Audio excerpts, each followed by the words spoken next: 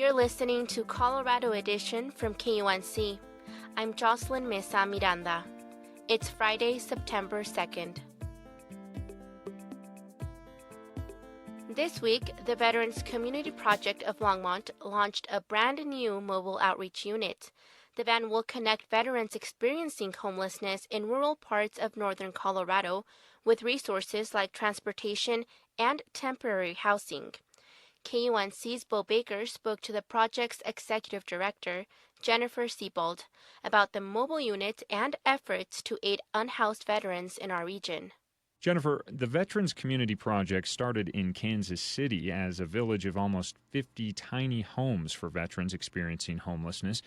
Can you tell me how the organization made its way to Longmont? We really have been operating here since 2020.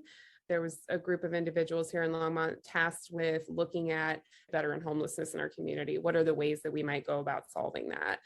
Kevin Molshine, he's the developer and owns HMS Development, was tasked with sort of looking at other community models. So he visited Kansas City and said, I want to bring this to Longmont. So the really cool thing is Kevin put his money where his mouth is. He donated the land for our project and worked with the city really closely. So he gave us a little more than 2 acres to build our tiny homes on here in Longmont. Our village is not complete yet and construction's underway, but we've been serving veterans in the community since that time through our outreach center on Main Street. And we've been able to help more than 300 veterans in our community already and permanently house 40, even though we don't have a village yet. So the work of our case managers is already having a pretty significant impact in our community.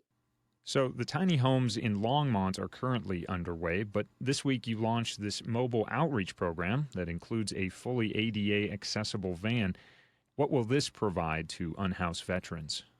Yeah, this is a really exciting project. A lot of services are just really centralized in large city spaces. And so, when you're in that area, there's a lot more access, but many of our veterans don't live in those communities. They live in much more rural spaces.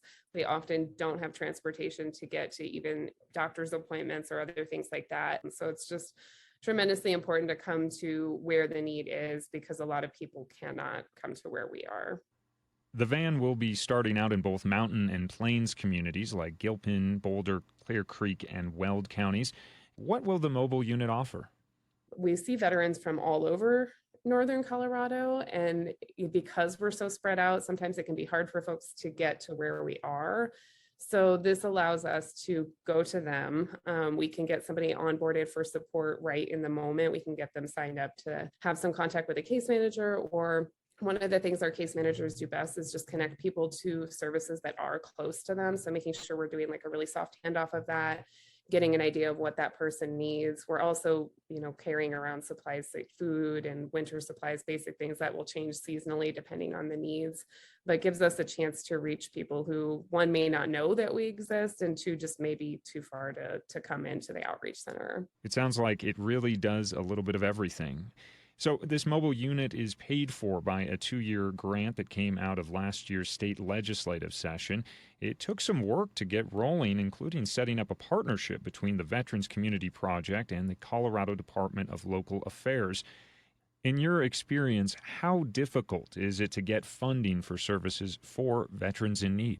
This is an interesting question, and I probably should say that we're also a little bit unique in the way that we define veteran. We do not look at someone's length of service or type of duty, and we do not care about their discharge status. That's a little bit different than some other organizations. It's certainly different than the eligibility requirements for VA services. So that makes our fundraising a little bit added challenging, just because we don't necessarily take federal funding if there are any strings attached to it. We are getting more state support, and I'm really excited to see that states are kind of minimizing the restrictions, but we want to make sure all the funding we're taking doesn't prevent us from serving any veteran who walks in the door, regardless of their discharge status. I think a lot of people don't necessarily know that many of our veterans are not getting supportive services from VA and other government agencies. I think there's a little bit of a misconception of who's eligible for those services. There's an estimate that more than 500,000 veterans are living with an other than honorable discharge status, which means they would not be eligible for those kinds of services, which makes programs like ours essential. And we really rely on public support for that. That was Jennifer Siebold, the Executive Director of Veterans Community Project of Longmont, speaking with KUNC's Bo Baker. You can find this story and more Northern Colorado news at kunc.org.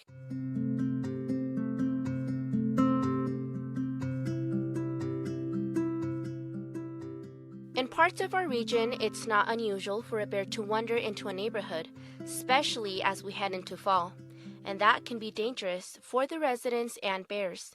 The Mountain West News Bureau's Milwaukee reports on a community looking to reduce these encounters.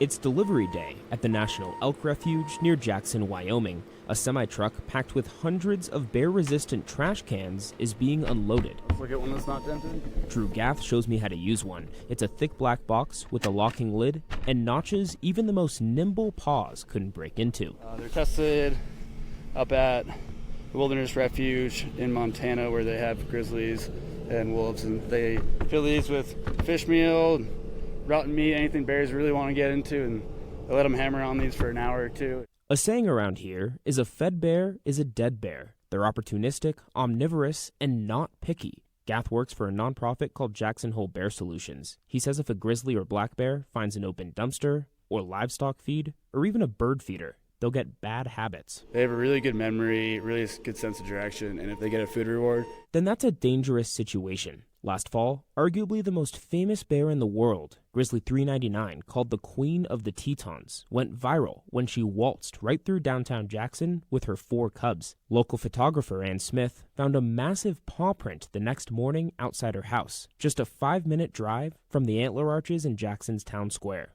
I'm pretty sure what they did was climb the fence through the next door neighbor's yard and then over my fence and then by the garage.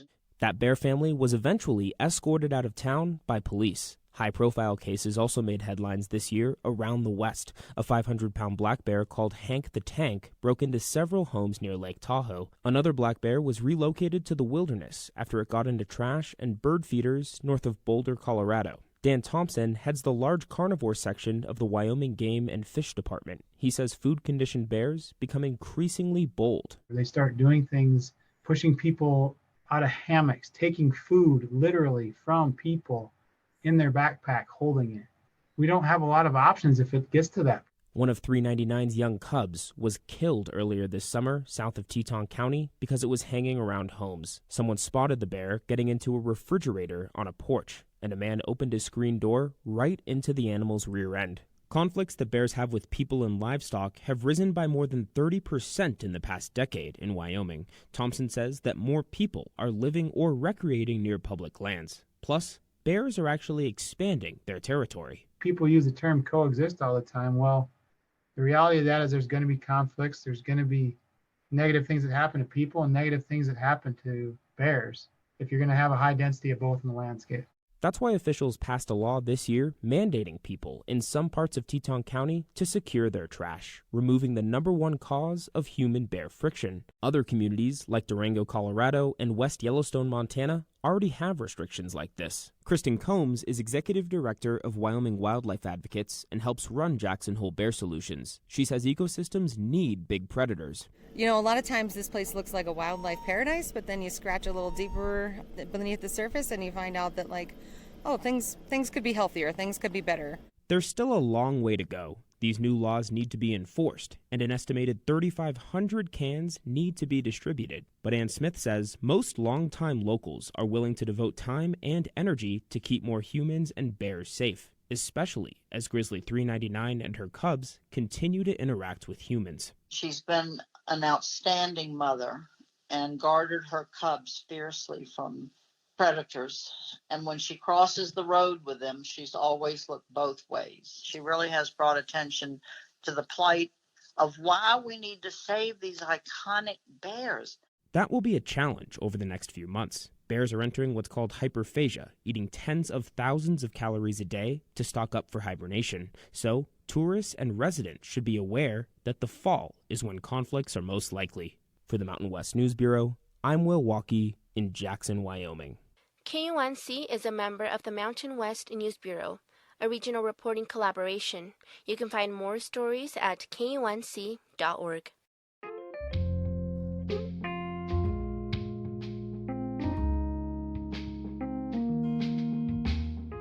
Last week, President Biden announced a sweeping student loan forgiveness plan that would erase up to $20,000 of debt for many borrowers. To learn more about how this debt forgiveness plan will impact Coloradans, we spoke with Jason Gonzalez from Chalkbeat, Colorado. He reports on higher education and has been covering the student debt crisis. Jason, good to have you here. Thank you for having me on. Jason, can you recap for us the details of Biden's announcement?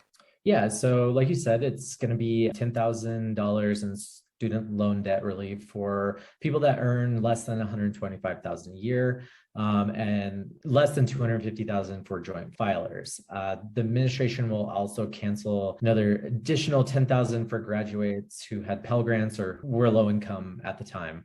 And it's expected that about 43 million borrowers nationwide will likely benefit from this, although it's unclear at this point how the Biden administration is going to roll this out and make this accessible for student loan borrowers. Here in Colorado, it's estimated that more than 770,000 residents have student loan debt, totaling about $29 billion. You reported for Chalkbeat on how crippling student debt can be for people of all ages and backgrounds in our state. What have you been hearing this week from people in response to the debt relief plan? For some students, it's going to be life-changing. For some students, it's going to be a drop in the bucket. You know, there are students out there who might have less than $20,000 of student loan debt. And you know, this means that they can now think about long-term savings, buying a house, or just, you know, even the mental health aspect of having that debt hang over your head for years when you've been trying to pay that off. But I've also talked to Coloradans who have $150,000, $300,000 debt, and that's not a case of irresponsibility on their part. They might have come from backgrounds where they needed more to get through college. They maybe couldn't work during that time. They might have had to support family. So for those that have that high of debt, this really isn't going to help them that much. You've been reporting on how student loan debt and loan forgiveness can impact borrowers of color differently than white borrowers. Can you tell me a little more? Student loan borrowers who are Black and Hispanic have higher overall debt averages than those are white. So this doesn't go as far for some of those students who are Black and Hispanic. And although the Biden administration has really talked about equity and providing relief, and that's why those Pell Grant recipients are going to get more money overall, this doesn't really get into how much some of those students might have, especially when they've taken out more overall to get through and finish college. You cited a statistic in an article last week that said half of all Colorado students graduating college in 2020 held debt. What are some of the factors that are keeping this student debt crisis going? At one point, Colorado was paying about 70% of all costs for students. And now it's shifted to where students are paying about 70% of the costs for higher education overall. So that's really, the burden is more on the student than it's ever been. And the question is, how is the Biden administration going to invest in those colleges that serve Black students and Hispanic students? But also, how are states and how are state lawmakers going to really look at how they can reinvest into higher education so the cost goes down for students overall? And until we get to that point where the state takes more of the burden once again, we're likely going to be having this conversation into the future. Thanks so much for coming on, Jason. It was great to speak with you. Thank you so much for having me, and I always appreciate being here. That was Jason Gonzalez of Chalkbeat, Colorado. You can find his reporting and much more at chalkbeat.org, and you can find more Northern Colorado news at kunc.org.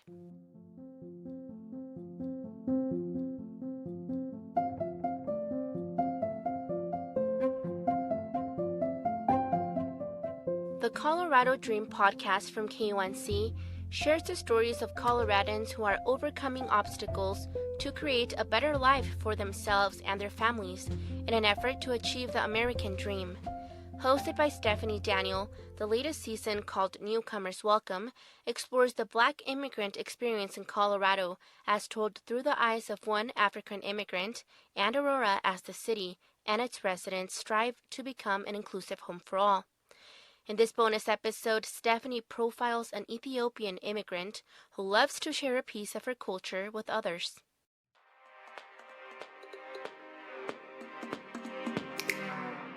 Aurora is home to immigrants and refugees from around the world. To help them succeed, the city created an ambitious integration plan that focuses heavily on supporting foreign-born entrepreneurs. And for good reason. Immigrants and refugees have higher rates of starting new businesses than American-born residents.